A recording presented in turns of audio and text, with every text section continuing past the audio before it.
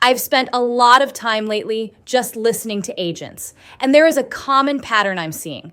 It's that feeling where you're doing more volume than ever, but your net income is staying flat. You're working harder, but the business part of your real estate business feels heavier. It makes me wonder, is your current brokerage model solving the problems you actually have today, or is it solving the problems the industry had 20 years ago?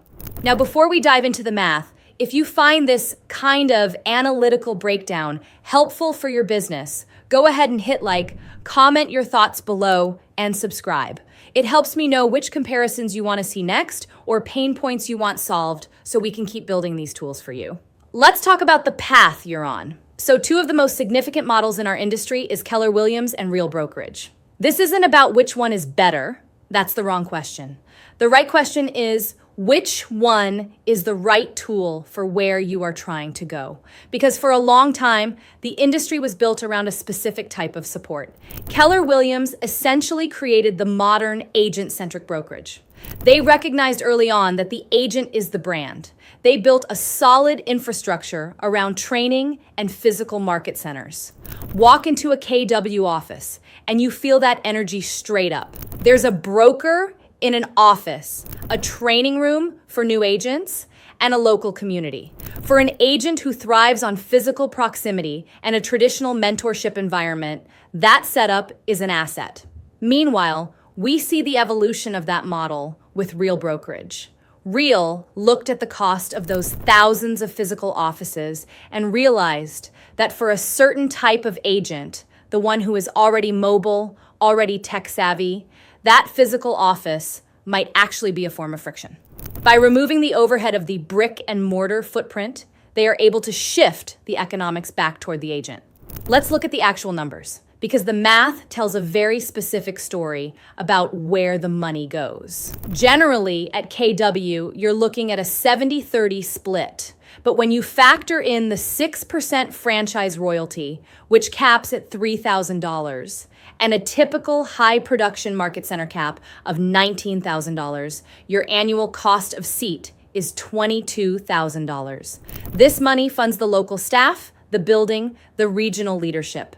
Real Brokerage represents the evolution of that model for the mobile agent. By removing the overhead of those thousands of physical offices, they shift that $22,000 down to a $12,000 annual cap with an 85-15 split and no royalty. When you run those two side by side, the difference in company dollar can be substantial.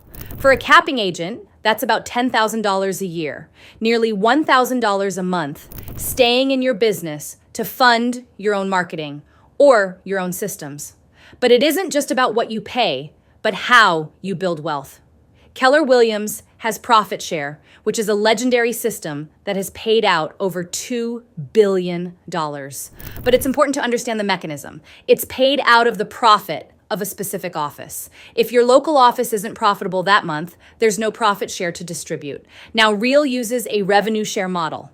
This is calculated from the top line, which is the 15% the company keeps before expenses are even considered. Plus, because Real is a publicly traded company on the NASDAQ, agents can earn actual stock in the company for reaching certain milestones, like capping or attracting other agents to the firm. It's a shift from profit to equity. I see agents in path A, those who are early in their career and need the physical presence of a mentor. For them, paying the higher split at KW to have a desk and a local coach is a smart investment. Then I see agents in path B, producers who have their own systems, their own branding, and they've realized they haven't used a brokerage office in 2 years. For them, the $12,000 cap and the equity ownership at Real might solve a very real problem of business efficiency. Maybe ask yourself this: what is going to break next if nothing changes? If your problem is that you need a physical office to focus, the $22,000 at KW is a bargain. If your problem is that you need more margin to scale your own brand, the efficiency of Real might be the answer. My suggestion is simple. Take your 1099 from the last year. Look at exactly what you paid in splits, royalties, and desk fees. Then look at your calendar and see how much of that local infrastructure you actually utilized. If there's a gap between what you're paying and what you're using, it's worth a double take to see if a different platform aligns better with your 3-year goals. If you're at a point where you're trying to understand what's frustrating you about your growth, I'd love to hear it. Comment below. What's the one thing that feels heavy in your business right now? And if you want to see how we've been solving these exact patterns for our own team, let's talk.